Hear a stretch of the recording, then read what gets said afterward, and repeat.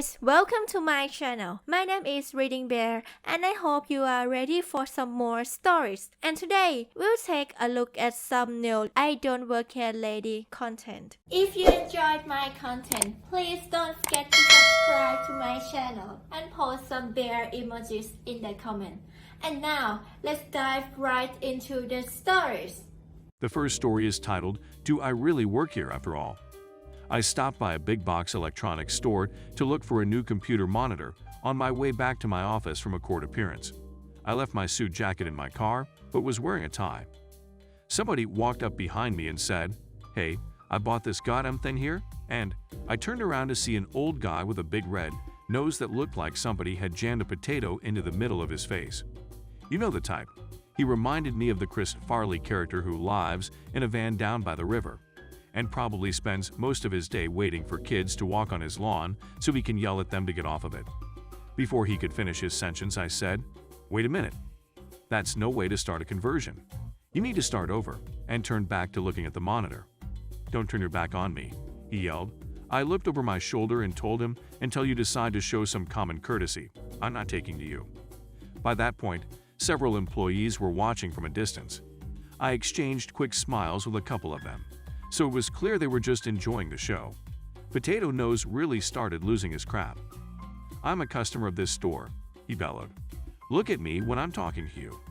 "I don't care if you're the Queen of England," I replied. "I've already explained how this is going to work. Either you start over by calmly saying, 'Excuse me, may I speak to a moment?' and I'll respond, of course, and give you my undivided attention, or you can continue to rant and rave, and I won't put up with it. Your choice. That's it. Where's the manager? I'll have your job." "Even if I wasn't self-employed, you couldn't have my job," I replied. "First, you need a 4-year degree, followed by 3 years of law school. Then you'd have to take the hardest bar exam in the country, with a pass rate around 60%. I really doubt you could do any of that because you couldn't even figure out that I'm a customer, too, and all the employees wear identical polo shirts. But I'll tell you what, I will find the manager to point you out and tell them you're incredibly rude. So if you try to complain about any of the employees, they'll know any problems are your fault." As I walked away, one of the polo-shirted employees who'd been watching rushed up to me, giggling with excitement. "That was awesome," she said. "I'm the manager and I wish I could do stuff like that. Just let me know what you're buying and I'll give you the employee discount." She almost fell over laughing when I said, "Wait a minute. Does it mean I really do work here after all?" The next story is titled, "Coming Soon to a Theater Near You." Back when I was in high school, I got a job at one of the 3 local Blockbuster stores in my town. This was almost 10 years ago. I stayed with my store 3.5 years before it closed down due to the complete incompetence of Dish Network. As this was in the early days of or before streaming services, YouTube was still fairly independent of Google, Netflix was only sending scratched-up DVD through snail mail, and there weren't 15 apps on one device to be opened and watched a few hours each year. We were naturally the best place to get movie rentals when they hit DVD/Blu-ray. We didn't even have competition in my town outside of the Redbox rental stations and Netflix's mailbox rentals, so it was either come to us or wait for one of the other guys to get the same movie if they had it. The real problem for my store was that there was a movie theater just a couple of blocks away, and their sign was close to my store as both this theater and my Blockbuster were close to a major highway in the city. As a result, myself and my coworkers would always have to deal with exchanges like this. C equals customer. B equals Blockbuster employee. C: "Hi, I'd like to rent insert movie that isn't in theaters yet. You have any copies of it?" B: "No, sir/ma'am, we don't. That movie hasn't been to theaters yet, so it hasn't been released on DVD yet." C: "But I saw this movie mentioned when I watched this movie. Holds up recent new release they rented the day before." B: "Yes, sir/ma'am, that was the trailer for that movie. It is set to come out in theaters within the next month or 2, so we do not have it available to rent." C: "So will you have it in a month or 2? B: "No, sir/ma'am, it will be in theaters at that time. We won't have that movie available to rent until about 4 to 6 months from now." C: "If you don't have it to rent, then why is it being shown on the movie I rented from you?"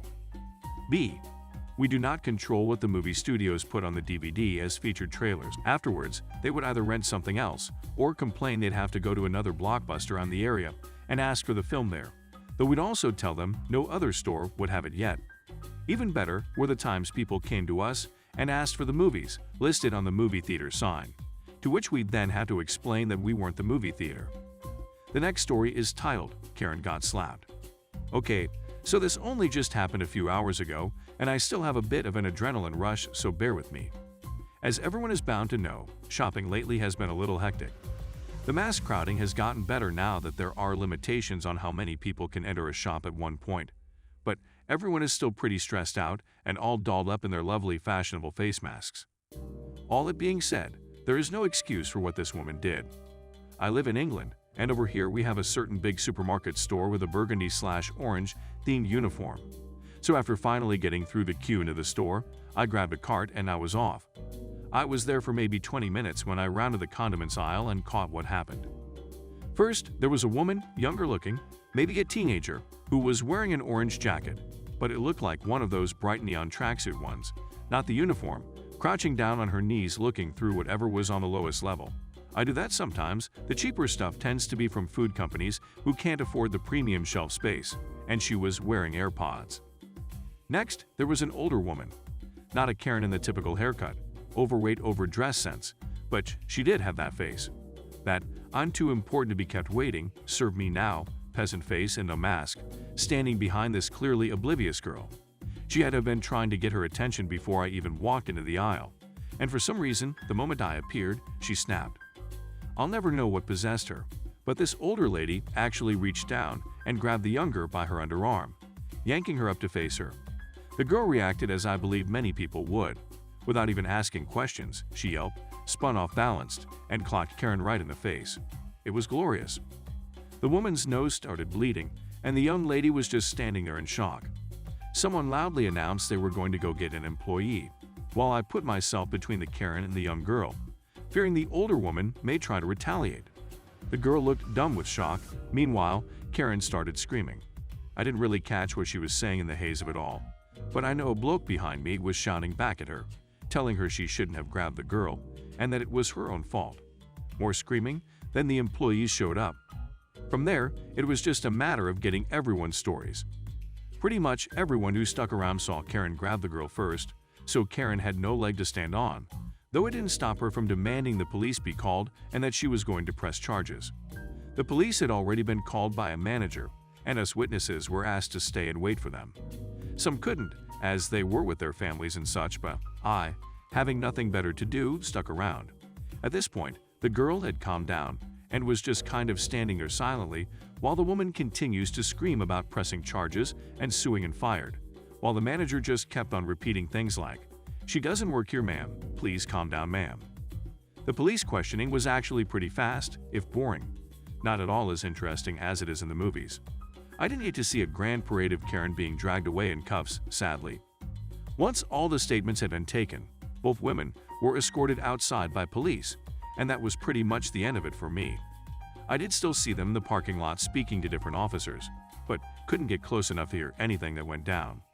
I made sure the police and the store had my number, just in case, finished my shopping, and then went home. It's been a few hours, it was surreal, and I'm actually kind of hoping it ends up on YouTube in the next few days. So there's my story, hope it entertained. The next story is titled, I Don't Work for Them. We are a completely different company, and you came to us. I am really at a loss as to how this happens, but it happens a lot. I work for a remodeling company we'll call ABC. There is a home builder that we will call Size. We both sell the same brand of cabinets, but we are in no way, shape, or form related in any way. Our names are different. Our location is different. Our whole way of doing business is completely different. Today, a lady came into my store and asked me to give her a quote for adding some cabinets to her existing kitchen. I tell her, sure, we can do that. Let's start with what style and color you have now so that we can match. That is when this Karen flips her script and goes off on me. How am I supposed to know what style and color I have? You built my home. You should have all of that information on record. You tell me. I had to explain to her that she bought her home from XYZ Builder, but we are ABC Remodeler. There is no possible way that I have access to that information. I do not and have not ever worked for XYZ. We're not the same company. Let me stress that she came to our store and thought we worked for her original home builder, just because we both carry the same brand. The next story is titled, "Look sir, I do work here and I am the boss." I am not sure if this belongs here, but I have a story that is the exact opposite of "I don't work here, lady" that I felt would be too fun to share. About 5 years ago, I worked at the International Center of a university in the US. To give some background info, I am an Asian female, 5'1" in height, and though I was in my early 30s at the time, I did still look quite young and was often mistaken for being in my early 20s or late teens. My main job responsibility at the time was the recruitment, training, and management of about a dozen international student interns who worked the front desk. Anyways, we had been swamped that AM, so I hadn't had time to go out to eat lunch. I got a sandwich at our campus vending machine and sat down in the break room. The break room was always cold due to the AC blasting through the room, so I put on a comfy university jacket I kept at my desk just to wear during break. I kept the break room door open to keep an ear out for the front and let my interns know they could still pop in to ask any questions they want. I had hired a couple new students that month, and they were still learning. A few minutes later, I heard a man's voice yell something along the lines of, "No, no, you do not understand, you are stupid." Stupid! The childish outcries exclaimed in a grown male voice made me immediately stand up and rush to the front desk area, without even remembering to take my jacket off. The man was literally wagging his finger at my intern and yelling, while almost comically stomping his feet. I interjected his tantrum and introduced myself as the intern's supervisor, gave my name and position, and told him I could assist him with the issue. The man immediately looked me up and down, scoffed a short no. He then turned right back to the intern and asked her to call the supervisor, as he needed to ask someone who actually works here, not just some young girl like the intern who sits there at the front repeating nonsense. It wasn't my FLRSD rodeo with unnecessarily angry students, so I calmly gestured at my intern to step away and planted myself directly in front of him. That made him change his rant towards me, saying, "Listen, I know you Chinese want to help each other, but my issue is urgent, and so I need to see your supervisor." Super Roman 6 sore. Kibble makes dialing phone gesture here, him and he can sign my I-20. Yes, both my intern and I were Asian, but nope, neither of us were Chinese. And I hate when people over-enunciate when speaking to me. My thoughts often immediately go to, "English is my first language, moron," as is evident by the fact that I just spoke it to you. Also, it pissed me off that he assumed the supervisor would be male. I did my best to remain calm, however, and confirm the issue. "Oh, so you are here to get an I-20 travel signature. If you go online and submit the form, you will." "No, got him it. You don't understand," he screamed.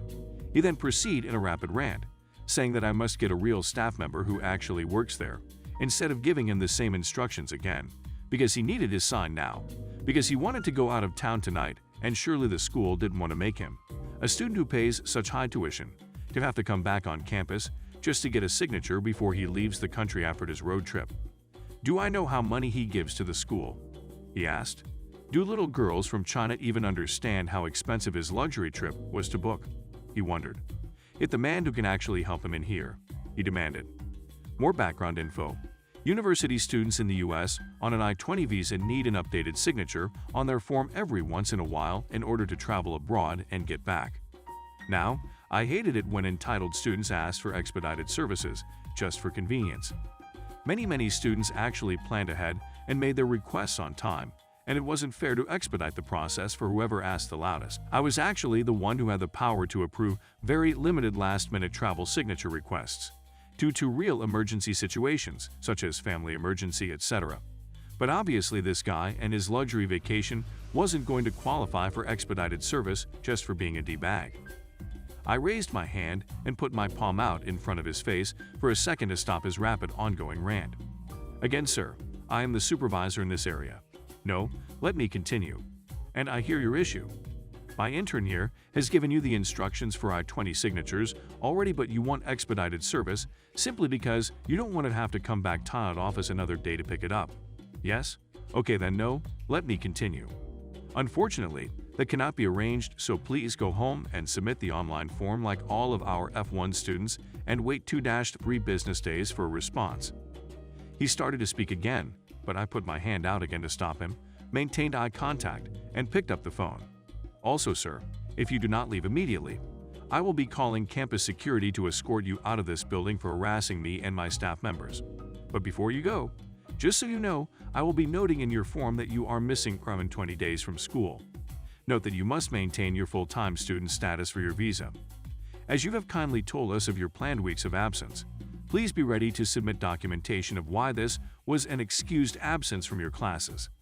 Lastly, do not insult my staff again, or you will be banned from entering this office again. He stood there stunned for a few seconds, then started to say something again, but I then proceeded to dial the number on the phone. I couldn't remember campus security extension, so I was actually pressing random numbers, and so he ran out. This may not have been the best solution ever to a yucky situation, but this was actually the first time I kicked a student out of the office, so I was a bit shaken up about it. The best part of the story, though, is what happened next. My boss at the time, white female in her 40s, walked in a few minutes after and asked me to come talk to her. I thought I was in trouble for some reason, but she actually asked me instead if everything was okay, because she met a rude international student outside. Apparently, the rude man had run into my boss outside, and he had asked her if she happens to know who is the boss of the girl in there, and if she knew how he could talk to him. My boss had said that she was the supervisor of the woman who works in there and asked if she could help. The man apparently then said something along the lines of how she then needed to find him the man highest up the chain, because his issue demanded real work. He was rude enough that my boss actually did call campus police to escort him out of campus property.